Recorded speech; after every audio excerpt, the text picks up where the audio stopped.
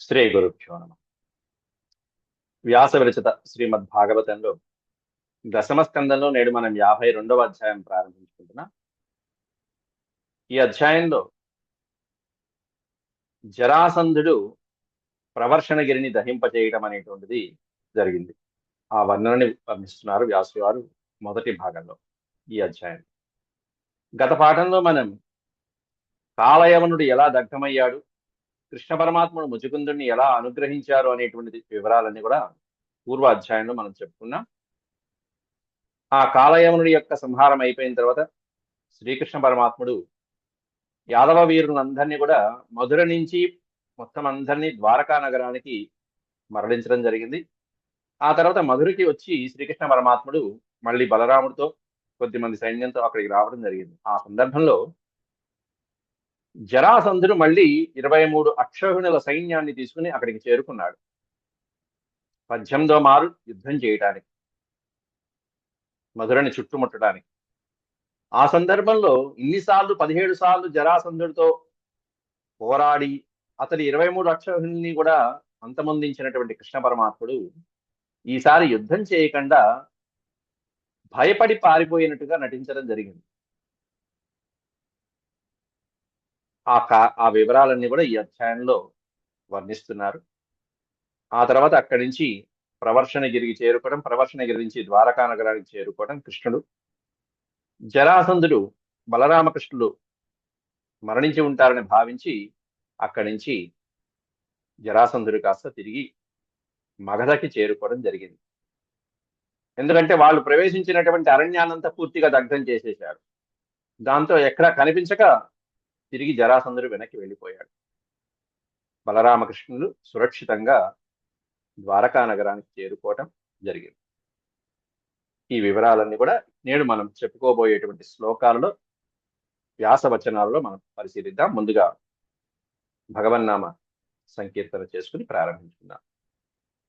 ఓం శుక్లాంబరధరం విష్ణుం శశివర్ణం చతుర్భుజం ప్రసన్నవదనం ధ్యాయే సర్వవిఘ్నోపశాంతయే వ్యాసం వసిష్ఠనత్తారం శక్తేః పౌత్రమకల్మషం పరాశరాత్మజం వందే సుఖతాతం తపోనిధిం వ్యాసాయ విష్ణురూపాయ వ్యాసరూపాయ విష్ణవే నమో వై బ్రహ్మనిధయే వాసిష్ఠాయ నమో నమః.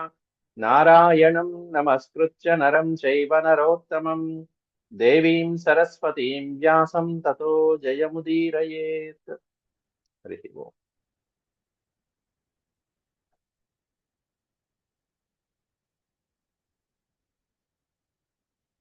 దశమ స్కందంలో 52వ అధ్యాయం.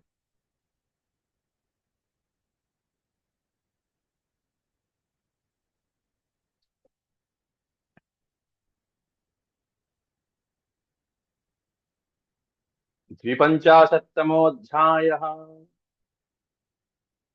శ్రీ సుక ఉవాచ. సుఖయోగీంద్రుల వారు పరీక్షిత్ మహారాజుకి వివరిస్తూ, ఇత్థం సోనుగృహీతోంగ కృష్ణేనేక్ష్వాకునందనః తం పరిక్రమ్య సన్నమ్య నిశ్చక్రామ గుహాముఖాత్. ఓ పరీక్షిత్ మహారాజా, ఇత్థం ఈ విధంగా, సో అనుగృహీతో అంగ భగవంతుడైనటువంటి ఆ శ్రీకృష్ణుడి చేత ఈ విధంగా ముచుకుందుడు, ఇక్ష్వాకు వంశనందనుడైనటువంటి ముచుకుందుడు అనుగృహీత, ఈ విధంగా కృష్ణ పరమాత్ముడి చేత అనుగ్రహించబడి తర్వాత తం పరిక్రమ్య సన్నమ్య, ఆ కృష్ణ పరమాత్ముడిని పరిక్రమ్య అంటే ప్రదక్షిణ చేసి, సన్నమ్య చక్కగా నమస్కారం చేసి ప్రదక్షిణ చేసి అక్కడి నుంచి గుహ నుంచి బయటికి వచ్చాడు. నిశ్చక్రామ గుహాముఖాత్, గుహాముఖాత్ ఆయన అంతకాలము నిద్రించినటువంటి ఆ కొండ గుహ నుంచి బయటికి వచ్చాడు, గుహ నుండి వెలుపలికి వచ్చాడు. నిశ్చక్రామ అంటే బయటికి రావటం, వెలుపలికి వచ్చాను. బయటికి రాగానే ప్రకృతిని చూశాడు, పశుపక్షాదుల్ని చూశాడు, ఇంకొంచెం ముందుకు వెళ్తే మానవుల్ని చూశాడు. వాళ్ళందరినీ ఎలా చూసి ఓహో కలికాలం సమీపించబోతుంది అనుకున్నాడు. సమీపించబోతుంది అనుకున్నాడు. ఇది ఎప్పటి యుగం? కృష్ణ పరమాత్ముడు ఉన్నటువంటి ద్వాపర యుగం. ద్వాపర యుగంలో కలియుగం సమీపించబోతుంది అని కూడా గుర్తించినటువంటి వాడు ముచుకుందుడు. ఎందుకనంటే ఆయన నిద్రపోయింది అప్పటికి ఎన్నో యుగాల కిందట. 28 మహాయుగాల పూర్వం నిద్రపోయాడు. అక్కడ దేవతలతో యుద్ధం చేశాడు. అప్పటికి షణ్ముఖుడు కూడా ఇంకా జన్మించలేదు. ఆ సందర్భంలో దేవతలకు సహాయం చేశాడు. అలసిపోయాడు, పడుకున్నాడు. కొన్ని యుగాల పాటు పడుకున్నాడు. ఇప్పుడు లేచాడు. లేచినప్పటికీ ఎలా ఉందో అద్భుతంగా ఒక శ్లోకంలో ఒక ఉదాహరణగా చూపిస్తున్నాడు. సవీక్ష్య క్షుల్లకాన్ మర్త్యాన్ పశూన్ వీరుద్వనస్పతీన్ మత్వా కలియుగం ప్రాప్తం జగామ దిశముత్తరా. సహా ఆ ముచుకుంద మహారాజు వీక్ష్య చూశాట. ఎవరెవరిని చూశాడయ్యా ఆ ముచుకుందుడు అంటే? మర్త్యాన్ మానవుల్ని చూశాట, పశువుల్ని చూశాట, వీరుద్వనస్పతి అనేకమైనటువంటి లతా గుల్మములు, పొదరిళ్ళు, పుష్పాలుతో వికసిస్తున్నటువంటి అద్భుతమైనటువంటి మహావృక్షాలని చూశాట. ఈ మహావృక్షాలు ఎంతో ఎత్తైనటువంటి మహావృక్షాలు, పశువులు, మానవులు, అనేకమైనటువంటి ప్రాణులు ఇవన్నీ కూడా ముచుకుందరికి ఎలా కనిపించాయట అంటే క్షుల్లకాన్ అంటే అత్యంతమైనటువంటి అల్ప పరిమాణంలో కనిపించాయట. ఏదో లిల్లీ పుట్స్ అంటారు చూసారా, అంటే అవందరూ ఈ మహావృక్షాలన్నీ కూడా ఈ ముచుకుందరికి మోకాలి పరిమాణంలో వచ్చాయట. మనం అడవుల్లోకి వెళ్తున్నప్పుడు, ఆ ప్రయాణిస్తున్నప్పుడు ఆ మధ్యప్రదేశ్ అరణ్యాల్లో పెద్ద పెద్ద మహావృక్షాలు ఉంటాయి. కింద లోయలో నుంచి పర్వతం శిఖరాగ్రం దాకా ఉంటాయి. అటువంటి మహావృక్షాలన్నీ కూడా ముచుకుందరి మోకాలు భాగంలో వచ్చాయంటే ఆ ముచుకుందరి ఇంకెంత పరిమాణంలో ఉన్నాడో ఆలోచించుకోవాలి.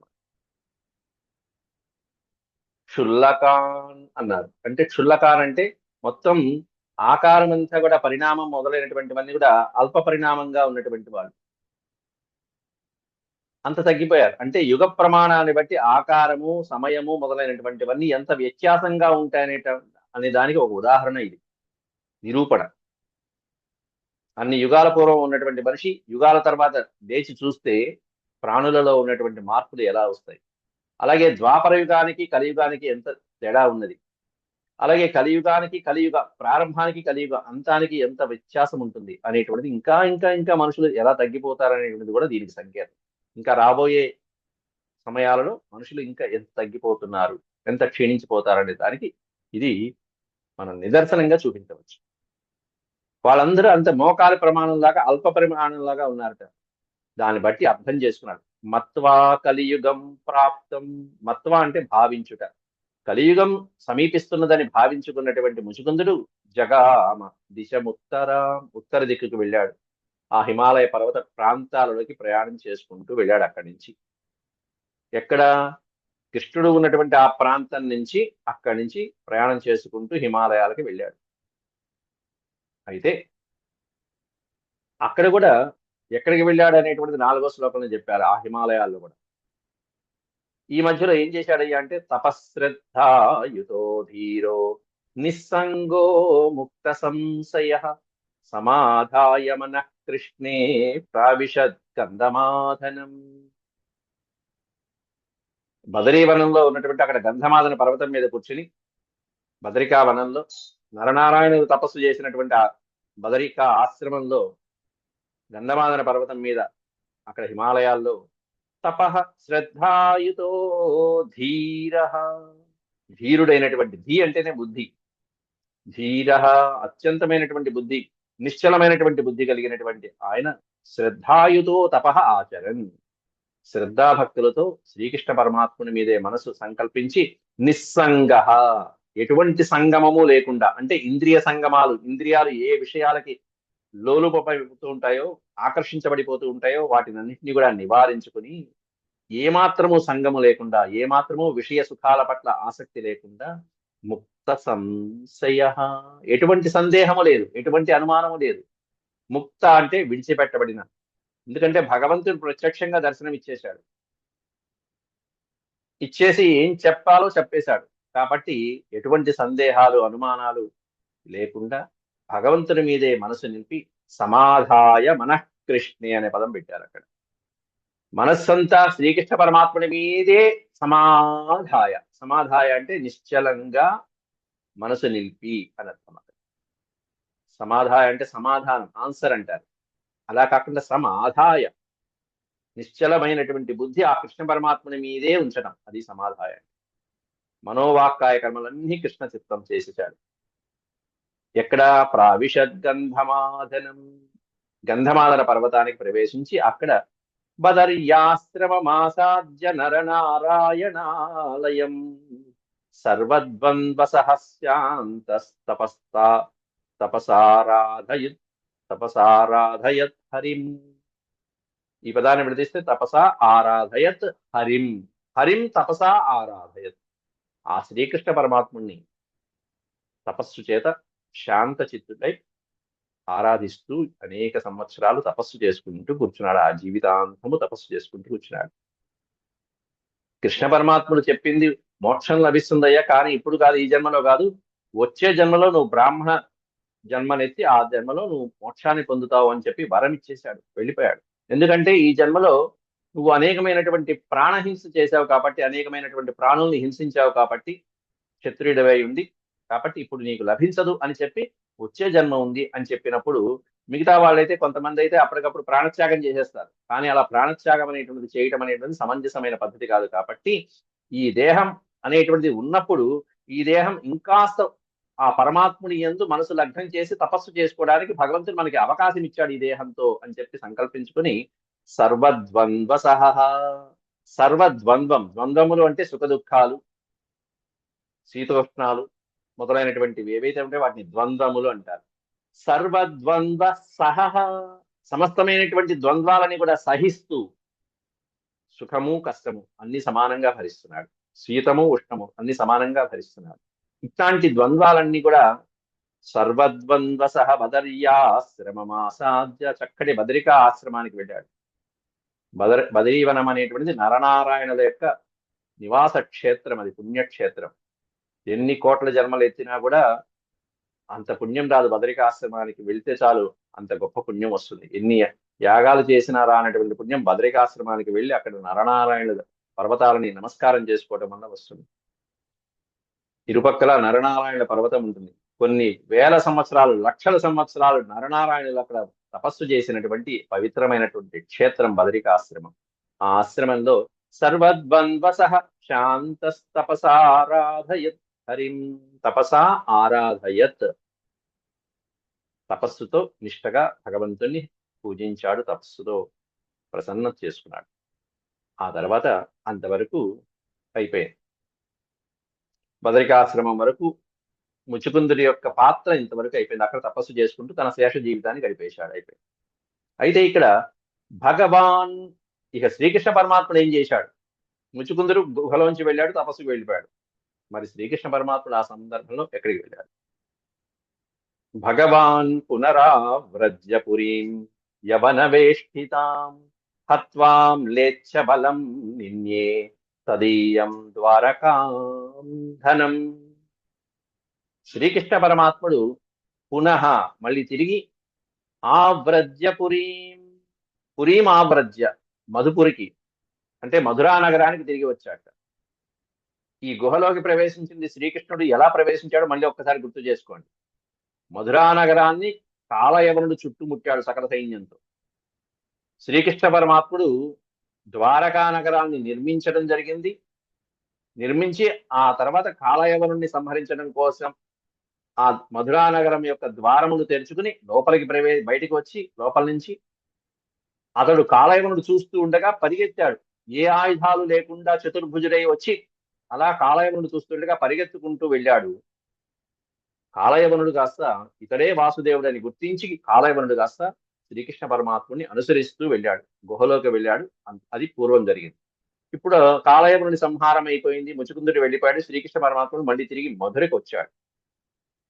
అయితే ఆ మధురలో కాలయవనుడైతే మరణించాడు, కానీ కాలయవనుడి యొక్క సకల సైన్యము ఉంది. యవన వేష్టితాం అన్నాడు అక్కడ. యవన వేష్టితాం అంటే కాలయవనుడి యొక్క సైన్యము చేత చుట్టుముట్టబడినటువంటి వేష్టితాం అంటే ఆ సకల సైన్యము ఇంకా చుట్టుముట్టి ఉన్నారు ఆ మధురా నగరాన్ని. అట్లాంటి వాళ్ళతో ఇప్పుడు యుద్ధం చేయాలి. కాబట్టి బలరామకృష్ణులు ఇద్దరు కూడా ఇక అక్కడ హత్వా మ్లేచ్ఛ బలం, మొత్తం సమస్తమైనటువంటి మ్లేచ్ఛుల యొక్క బలాన్ని, 3 కోట్ల మంది మ్లేచ్ఛ బలయంతో వచ్చాడు వాడు కాలయవనుడు. ఆ 3 కోట్ల మందిని సంహరించి హత్వా మ్లేచ్ఛ బలం నిన్యే తదీయం ద్వారకాం ధనం. తదీయం ధనం, తదీయం తదీయం అంటే వారి యొక్క ధనం ఏదైతే ఉంటుందో ఆ కాలయవనుడికి సంబంధించినటువంటి ధనరాశులు మొదలైనటువంటివన్నిటిని కూడా ద్వారకాం నిన్యే, ద్వారకా నగరానికి చేర్చేశాడు మొత్తం అంతా. నియమాని ధనే గోభిర్ నృభిశ్చాచ్యుత చోదితై ఆజగామ జరాసంధస్త్రయో వింశత్యనీకపః. అంతకుముందే ద్వారకా నగరానికి తన బంధువుల్ని తన వారిని అందరినీ కూడా యోగమాయ చేత మొత్తం అందరినీ మరుక్షణంలో ఇక్కడి నుంచి అక్కడికి మార్చేశాడు. తాను గెలిచినటువంటి మ్లేచ్ఛ బలము యొక్క ధనాన్ని అంతటిని కూడా ద్వారకా నగరానికి తరలింపజేశాడు. అట్లా సమస్తమైనటువంటి ధనాన్ని నియమానే ధనే గోభిర్ నృభిశ్చాచ్యుత చోదితై, ఆ రాజుల్ని జయించి వారి యొక్క ధనాన్ని, గోధనాన్ని, అలాగే ఇక్కడ మధురలో ఉన్నటువంటి తన వారిని అందరినీ కూడా నియమానే, మొత్తం అందరినీ కూడా అక్కడికి పంపగా, అంటే తీసుకువెళ్ళబట్టం. నియమానం అంటే తీసుకువెళ్ళబడగా. నియమానే ధనే. ఆ తర్వాత ఏం జరిగింది? ద్వారకా నగరానికి అక్కడికి చేర్చగానే మళ్ళీ ఇటు పక్కన జరాసంధుడు ఆక్రమించేశాడు 18వ సారి. ఆ విషయాన్ని 2వ పాదాన్ని చెప్తున్నారు. ఆజగామ జరాసంధ, జరాసంధ ఆజగామ. ఎలా వచ్చాట జరాసంధుడు? భయంకరమైనటువంటి విధంగా. అంటే శ్రీకృష్ణ పరమాత్ముడి యొక్క ఆజ్ఞానుసారంగా మొత్తం అందరూ కూడా ఆ ధనాన్ని చేరుస్తున్నారు అక్కడికి. గోభిర్ నృభిశ్చ అచ్యుత చోదితై. అచ్యుత చోదితై అంటే శ్రీకృష్ణ పరమాత్ముడి యొక్క ఆజ్ఞతో పరమాత్ముడి చేత చోదిత ప్రచోదిత ప్రేరేపించబడినటువంటి వాళ్ళందరూ కూడా, ఆ సేవకులందరూ కూడా యాదవ వీరులు ఆ ఎడ్ల బండ్ల పైన మనుషుల ద్వారా ఆ ద్వారకా నగరానికి ఈ ధనమంతా కూడా చేర్చబడుతూ ఉంటే, ఆ చేర్చబడుతున్న సమయంలోనే ఆజగామ జరాసంధ, జరాసంధుడు కాస్త చుట్టుముట్టాడు, ఆక్రమించేశాడు ఒకసారిగా. ఎట్లా? త్రయోవింశత్యనీకపః. త్రయోవింశతి, వింశతి అంటే 20, త్రయోవింశతి అంటే 23. 23 అక్షౌహిణులతో మళ్ళీ వచ్చాడు. 17 సార్లు 23 అక్షౌహిణుల సైన్యం తెచ్చాడు 18వ సారి. అంటే మొత్తం ఎంత సైన్యమో ఊహించుకోండి, వాడి దగ్గరే ఉన్నది. కాబట్టి దాదాపు 415 అక్షౌహిణుల సైన్యం వాడి పక్కనే ఉన్నది. మహాభారతంలో యుద్ధం చేసింది 18 అక్షౌహిణులు మాత్రమే. కానీ జరాసంధుడు తీసుకొచ్చినటువంటి అక్షౌహిణుల సైన్యం విడతల వారీగా 23 అక్షౌహిణులు, 18 పర్యాయాలు, 23 × 18 లెక్కేసుకోండి. దాదాపు 415 అక్షౌహిణుల సైన్యం వాడి దగ్గర సుమారుగా ఉంది. అంతమంది దానవ అసుర వీరులందరూ కూడా భూమి మీద జన్మించి భూమికి భారంగా పరిగణించారు. కాబట్టి భూమాత ఆక్రోశించింది, పాపం వెలువెల్లాడిపోయింది ఆ తల్లి. అట్లా ఈ ఆక్రమించడం చూశాడు శ్రీకృష్ణ పరమాత్ముడు. విలోక్య వేగరభసం రిపు సైన్యస్య మాధవౌ మనుష్య చేస్తామాపన్నౌ రాజన్ దుద్రువతు ధృతం, ధృతం. అక్కడి నుంచి విలోక్య వేగ రభసం రిపు సైన్యస్య, రిపు సైన్యము అంటే శత్రువుల యొక్క సైన్యం. ఆ జరాసంధుడి యొక్క శత్రువుల యొక్క సైన్యం యొక్క ఆ వేగము, వారి యొక్క వరబడి, ఆ ఉద్రేకము, యుద్ధం చేయాలనేటువంటి ఆ కండూతి, ఇవన్నీ చూసి విలోక్య, వాటన్నింటినీ చూసి మాధవౌ అనేది ద్వివచనం, అంటే బలరామకృష్ణులిద్దరూ కూడా మనుష్య చేస్తామాపన్నౌ, సామాన్య మానవుల వలె, అవతార పురుషులు కదా అనేటువంటిది కూడా వదిలిపెట్టేసి సామాన్య మానవుల వలె ఏదో రాజన్ దుద్రువతు ధృతం. అక్కడి నుంచి ధృతం అంటే వెంటనే, త్వరగా అక్కడి నుంచి వెంటనే దుద్రువతు పారిపోయారట వాళ్ళిద్దరు. బలరామకృష్ణులు ఇద్దరు కూడా ఆ ప్రాంతాన్ని వదిలి ఏదో భయపడుతున్నటువంటి వాళ్ళ వలె, ఈ సైన్యాన్ని చూసి భయపడుతున్నటువంటి వాళ్ళ వలె పారిపోయారట. పారిపోవడం ఏమిటి? బలరామకృష్ణుడికి ధైర్యం లేదా అంటే 17 సార్లు కొట్టారు, వాళ్ళకి భయం ఏమిటి? జరాసంధుణ్ణి 17 సార్లు ఓడించేశారు. బలరాముడు ముప్పతిప్పలను పెట్టాడు జరాసంధుడు. అట్లాంటి బలరామకృష్ణులు ఇద్దరు కూడా ఒక పథకం ప్రకారం వాళ్ళు అక్కడి నుంచి తప్పించుకుంటున్నారు, వెళ్ళిపోయారు. ఓ పక్కన ఇటు పక్కన ఏమన్నా ద్వారకకి చేరవలసిన సంపద సురక్షితంగా చేరాలి, ఎటువంటి ఆటంకాలు లేకుండా. మరొకటి ఏమన్నా ఈ జరాసంధుడి యొక్క సంహారం అనేటువంటిది వేరొక భక్తుడి ద్వారా చేయించాలి, భీమసేనుడి ద్వారా. ఈ రెండు సంకల్పాలు ఉన్నాయి స్వామికి. ఆ తర్వాత అందువలన ఈ సైన్యాన్నంతా కూడా మళ్ళీ తిరిగి సంహరించేటువంటి ప్రణాళిక మళ్ళీ స్వామి వేసుకొని ముందు అక్కడి నుంచి పారిపోయినట్టుగా నటిస్తున్నారు. దుద్రువతో రుద్రుతం విహాయ విత్తం ప్రచురమభీతౌ భీరుభీతవత్ పద్భ్యాం పద్మపలాశాభ్యాం చేరతుర్ బహుయోజనం. విహాయ విత్తం, ఆ తీసుకువెళ్తున్నటువంటి విత్తాన్ని కూడా లక్ష్య పెట్టకుండా వదిలేసినట్టుగా నటించి ఆ ద్వారకకి తరలిస్తున్నటువంటి ధనాన్ని కూడా విహాయ విత్తం ప్రచురం అభీతో, ప్రచురం విత్తం, అంతా ఇంత కాదు ఆ ధనం, విపరీతమైనటువంటి ధనం ఉంది. ఆ ధనాన్ని అంతా కూడా వదిలిపెట్టేశారట, పోతే పోయింది, ముందు మనం ప్రాణంతో జీవించి ఉంటే చాలు అన్నట్టుగా సామాన్య మానవుల వలె భయపడుతున్నట్టుగా నడుస్తూ ప్రచురం అభీతౌ. అభీతౌ, భీతి అంటే భయం, అభీతి అనే పదానికి అర్థం భయము లేకపోవడం. అభీతులైనటువంటి వారిద్దరు కూడా ఏమాత్రము భయం కించిత్తు కూడా లేనటువంటి ఆ బలరామకృష్ణులిద్దరు కూడా సామాన్య మానవులు భయపడుతున్నట్టుగా భీరు భీతవత్, పిరికివాడు భయపడుతున్నట్టుగా. భీరు అంటే పిరికివాడు.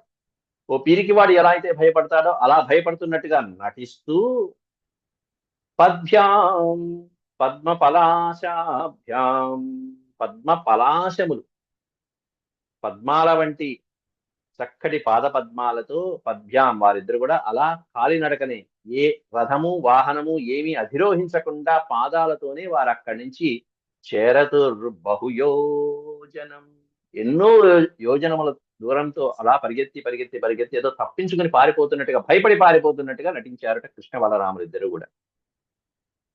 చేరతుర్ బహుయోజనం. అలా వారిద్దరి యొక్క విన్యాసం అవంతా భగవద్లీల. ఆ పారిపోతున్నటువంటి వాళ్ళని చూసి ఈ మగధరాజు కాస్త అట్టహాసం చేయటం, ఎందుకు పారిపోతున్నారు ఈ పిచ్చి వేదకి అర్థం కావట్లేదు. తర్వాత అనుసరించాడు, ఎక్కడికి వెళ్తారు, ఎంత దూరం వెళ్తారు చూద్దామని అనుసరిస్తున్నాడు. పలాయమానౌ తౌ దృష్ట్వా మాగధ ప్రహసన్ బలి అన్వధావత్రధానీకైరీశయోరప్రమాణవిత్ అప్రమాణవిత్. పలాయమానౌ తౌ దృష్ట్వా, తౌ అంటే వారిద్దరు, పారిపోతున్నటువంటి ఆ బలరామకృష్ణులు ఇద్దరిని కూడా దృష్ట్వా మాగధ, మగధరాజైనటువంటి ఆ జరాసంధుడు చూసి ప్రహసన్ బలి, బలవంతుడైనటువంటి ఆ మాగధరాజు చూసి వికటాట్టహాసం చేశాట, అపహాస్యం చేసేశాట. వీళ్ళు కాస్త పారిపోతున్నారు, చివరికి నా ధాటికి తట్టుకోలేక. 17 సార్లు ఎవరు పారిపోయారు అది గమనించరా పిచ్చి వేదన. ఈసారి ఇలా యుద్ధం చేయకుండా పారిపోతున్నారేమిటి, నేను సకల సైన్యంతో వస్తే ఇక అంతేనా వీళ్ళ పని, ఓపిక లేదా, భయపడ్డారా అనేటువంటిది భ్రమలో పడిపోయి ఈ పిచ్చి వెధవ ప్రహసన్ వాడికి వాడే నవ్వుకుని అయినా సరే వాళ్ళని సంహరించే ఉద్దేశంతో అన్వధావత్రధానీకై, అన్వధావత్, అను ప్లస్ అధావత్ అని అర్థం అక్కడ. అంటే తన యొక్క రథాది బలాలు ఏవైతే ఉంటాయో ఆ చతురంగ సైన్యంతో పాటుగా తాను వాళ్ళని అనుసరిస్తూ వెళ్ళాట పట్టుకుందామని. అన్వధావత్ ప్రధానీకై ఈశయోరప్రమాణవిత్. ఈశయోహ్ అనేది ద్వివచనం, అక్కడ ఒక ఈశ్వరుడు కాదు, ఇద్దరు ఈశ్వరులు ఉన్నారు. బలరామకృష్ణులు 2 రూపాలతో ఉన్నారు, ఇద్దరు ఒకే రూపం, శక్తి ఒకటే, కానీ 2 రూపాలు. 2 రూపాలైనా ఒకే శక్తి కలిగినటువంటి శ్రీ మహావిష్ణువు శక్తి అది. కాబట్టి ఈశయోహో అప్రమాణవిత్ అంటే ఆ ఇద్దరు యొక్క పరమాత్మల యొక్క శక్తి సామర్థ్యాలు తెలుసుకోకుండా, వాళ్ళ యొక్క యుక్తి ఏమిటి అనేది, పన్నాగం ఏమిటి అనేది తెలుసుకోకుండా ఈ పిచ్చి వెధవ మగధరాజైనటువంటి మాగధుడు జరాసంధుడు బలరామకృష్ణుని అనుసరిస్తూ పోతున్నాడు. అట్లా ప్రదృత్య దూరం సంశ్రాంతౌ తుంగమారుహతాం గిరిం ప్రవర్షణాఖ్యం భగవాన్ ఇత్యదా యత్ర వర్షతి. అలా బలరామకృష్ణ ఇద్దరు కూడా పరిగెత్తుకుంటూ పరిగెత్తుకుంటూ వెళ్ళి ఒక పర్వతాన్ని ఆశ్రయించారు. ప్రదృత్య దూరం, ప్రదృత్య పరిగెత్తి పరిగెత్తి పరిగెత్తి దూరంగా ఎంతో దూరం పరిగెత్తారు. వెళ్ళి వెళ్ళి వెళ్ళి సంశ్రాంతవు, బాగా అలసిపోయారు వాళ్ళిద్దరు. అలసిపోయి బలరామకృష్ణులిద్దరు కూడా ఓ ఎత్తైనటువంటి ఒక మహాపర్వతం ఉంటే తుంగం ఆరుహతాం గిరిం, గిరిం తుంగం అంటే పర్వత శిఖరాన్ని అధిరోహించారట వాళ్ళిద్దరు కూడా. ఆ పర్వతం పేరేమిటి? ప్రవర్షణాఖ్యం గిరిం తుంగం. ప్రవర్షణ పర్వతం అనేటువంటి అత్యద్భుతమైనటువంటి పర్వతం అది. ఆ పర్వతం ఎత్తైనటువంటి పర్వతం, ఎన్నో యోజనాలు ఉంటుంది. అటువంటి ఆ పర్వతాన్ని అధిరోహించారు. భగవాన్ నిత్యదా యత్ర వర్షతే. ఆ పర్వతం యొక్క విశేషం ఏంటంటే ఆ పర్వతం మీద ఎప్పుడు కూడా నిత్యదా వర్షతి, నిత్యము వర్షం పడుతూ ఉంటుంది. ఎల్లప్పుడూ వర్షం పడేటువంటి ఒక పర్వతం ప్రవర్షణ పర్వతం అంటారు. అటువంటి పర్వతం మీదకి వాళ్ళిద్దరు కూడా చేరుకున్నారు. శిఖరాగ్రం పైకి చేరుకున్నారు. అయితే ఈ పరిగెడుతూ వెళ్తున్నటువంటి ఈ బలరామకృష్ణుల్ని వెనకాల వాహనాల మీద వస్తున్నటువంటి ఈ జరాసంధుడు వారి పరివారము గుర్తించలేకపోయారు. ఎటు వెళ్ళారు అనేటువంటి కూడా గుర్తించలేకపోయారు. ఆ విధంగా మాయ చేశాడు కృష్ణ పరమాత్ముడు. గిరౌ నిలీనావాజ్ఞాయ నాధిగమ్య పదం నృప దదాహ గిరిమేధోభిః సమంతాదగ్నిముత్సృజన్. గిరౌ నిలీనావాజ్ఞాయ, నిలీనం అనే పదానికి అర్థం దాక్కోవడం. అక్కడ అంటే అక్కడ దాక్కున్నారు, వీళ్ళు పారిపోయి భయంతో దాక్కున్నారు అనేటువంటిది అనుకుని వాళ్ళ యొక్క శక్తి తెలియక, వాళ్ళ యొక్క జాడ తెలుసుకోలేక నా అధిగమ్య పదం నృప, నా అధిగమ్య పదం, కాలిజాడలు కొంతవరకు కనిపిస్తున్నాయి వారిద్దరి యొక్క కాలిజాడలు. తర్వాత ఇంకొంచెం దూరం వెళ్ళిన తర్వాత ఆ కాలిజాడలు కూడా కనిపించట్లేదు, అడుగులు ఎక్కడికి వెళ్ళారు అనేటువంటిది అది కూడా తెలుసుకోలేక నా అధిగమ్య పదం, ఎంత వెతికించినా కూడా భటుల చేత ఆ పాదముద్రలు అడుగుజాడలు మొదలైనవి కనిపించక చివరికి జరాసంధుడు ఏం చేశాట, ఈ పర్వతాలలో ఉన్నప్పుడు, పర్వతాల్లో దాక్కున్నప్పుడు, ఈ దుర్గాలలో దాక్కున్నప్పుడు వాళ్ళని రకరకాలుగా మట్టు పెట్టేటువంటి ఉపాయాలు చేస్తూ ఉంటారు రాజులు. దాంట్లో ఒక ఉపాయం ఏంటంటే దదాహ గిరి మేధోభి సమంతాదగ్నిముత్సృజన్. మొత్తం ఆ పర్వతం చుట్టూత నిప్పు పెట్టించేశాడు. దదాహ గిరి మేధోభి, ఆ పర్వత శృంగాలు ఏవైతే ఉంటాయో పైన ఉన్నటువంటి వృక్షాలు మొత్తం అన్ని జంతువులు అన్ని భస్మీపటలం అయిపోయేట్టుగా భయంకరమైనటువంటి దావాగ్ని వస్తే ఎలా ఉంటుందో అలా ఉండేట్టుగా మొత్తం అంతా ఆ పర్వతాన్ని అంతా కూడా చుట్టూత మంట పెట్టించేశాడు మొత్తం అంతా. ఆ తర్వాత పెద్ద పెద్ద జ్వాలలతో ఆ అగ్ని చేత మొత్తం అంతా దహించబడుతూ ఉంటే అదను చూసుకుని ఆ తర్వాత ఏం చేశారు బలరామకృష్ణునిద్దరు కూడా. తత ఉత్పత్యతరసా దహ్యమాన తటాదుభౌ దశైక యోజనా యోజనోత్తుంగాన్ నిపేతతు అధో భువి, నిపేతతు అధో భువి. 11 యోజనాల ఎత్తులో ఉన్నారట వాళ్ళు ఆ పర్వతం పైన. దశైక యోజన, యోజనం అంటే 8 మైళ్ళు, దశైక యోజన 10 + 1 11. 11 యోజనాల ఎత్తులో ఉన్నటువంటి ఆ బలరామకృష్ణులు ఆ పర్వతం పైకి చేరుకొని ఆ వస్తున్నటువంటి మంటల నుండి రక్షించుకోవడం కోసం అక్కడి నుంచి దూకేశారట 11 యోజనాల పై నుంచి. అద్భుతమైనటువంటి లీల ప్రదర్శించారు అక్కడ స్వామి. తత ఉత్పత్య తరస, ఉత్పత్య తరస, తరస అంటే వెంటనే, ఉత్పత్య ఒక్కసారిగా పైకి వస్తున్నటువంటి ఆ మంటల నుంచి రక్షించుకోవడం కోసం పైనుంచి ఒక్కసారిగా దహ్యమాన తటాదుభౌ, ఉభౌ అంటే వారిద్దరు, ఆ బలరామకృష్ణులు ఇద్దరు కూడా ఈ వనం దహించబడిపోతున్నది, ఈ పర్వతం దహించబడిపోతున్నది కాబట్టి మనం ఏం చేయాలి, దశైక యోజనోత్తుంగాత్, 11 యోజనాలు ఎత్తున్నటువంటి ఆ పర్వతం పైనుంచి కూడా ఒక్కసారిగా బలరామకృష్ణులు ఎత్తు నుండి ఒక్కసారి భూమిపైకి దూకి తమను తాము రక్షించుకున్నారు. నిపేతు అధో భువి, నిపేతతు అధో భువి, ఆ భూమిపైకి ఒక్కసారిగా దూకి అక్కడి నుంచి ద్వారకా నగరానికి, అంటే సముద్రం మధ్యలో ఉన్నటువంటి ద్వారకా నగరానికి చేరుకున్నారు. అంటే ఒక పక్కన ఆ పర్వతానికి మరో పక్కన సముద్రం ఉన్నదని అంటాం. అక్కడ దూకేశారు, అక్కడి నుంచి ద్వారకా నగరానికి చేరుకున్నారు. ఎవ్వరు గుర్తించలేరు, ఎవరు గుర్తించకుండా వెళ్ళిపోయారు.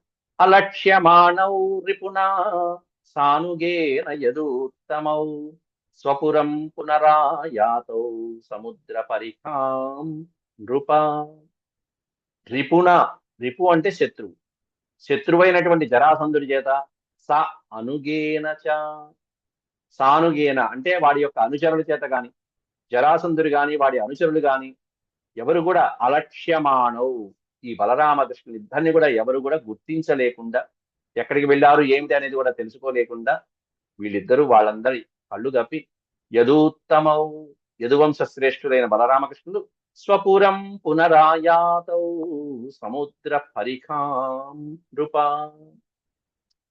వాళ్ళిద్దరు కూడా సముద్రం మధ్యలో ఉన్నటువంటి ఆ ద్వారకా నగరానికి తమ యొక్క స్వపురం పునరాయాతౌ, ద్వారకా నగరానికి తిరిగి చేరుకున్నారు, సురక్షితంగా చేరుకున్నారు. ఎవరు గుర్తించలేరు వాళ్ళు ఎక్కడికి వెళ్ళారనేది, అట్లా మాయ చేసి చేశారు.